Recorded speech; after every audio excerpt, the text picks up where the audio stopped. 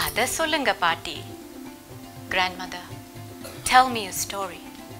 Grandmother, tell me a story. The dacoit of the hills, the robber, the terrible thief, he hid up there and refused to come down. Clever Bo Pelucci, pretty Bo Pelucci, cunning Bo Pelucci gathered all the dried twigs, all the dried leaves, all the dried branches, and piled them up underneath the tree.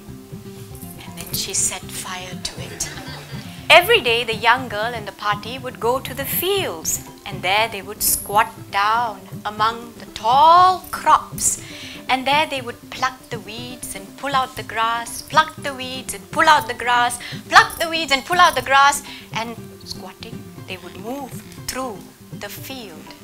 A twig from a toggery plant pricked you, and you shout like that. What will you do when your husband's prick pricks you on your wedding night? What will you do?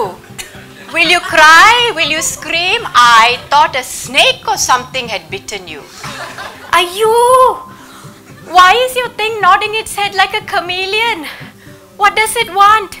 Why does it keep doing that? What does it want? I don't want to upset anybody today. My chameleon is hungry.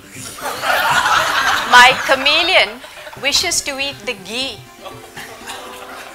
He is saying, "Yanakku veno, yanakku veno, yanakku veno." I want it, I want it, I want it.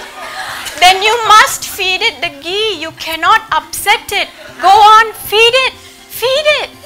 The woman stood outside her house, combing and oiling and braiding her long black hair. And that was when the king saw her. Inside the house, the merchant's wife was equally fragranced and oiled, and she had jasmine in her hair, and her eyes were lined, and she had pinched her cheeks and bitten her lips.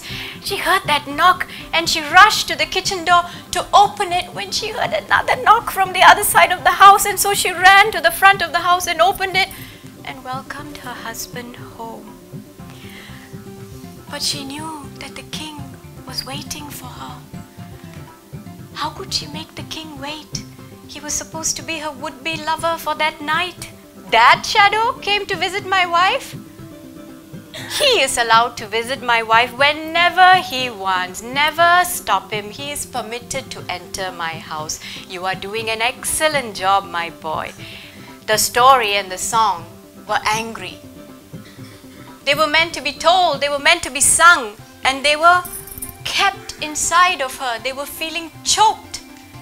You may not know, and some of you may not know, that all the flames from all the lamps, from all the houses in that village, when they were put out for the night, they would go down to the Hanuman temple, where they would gossip and chatter and talk and tell stories.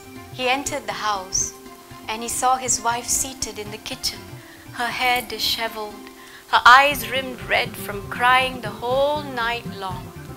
He sat down beside her and took her hand in his. "Tell me your story and sing me your song."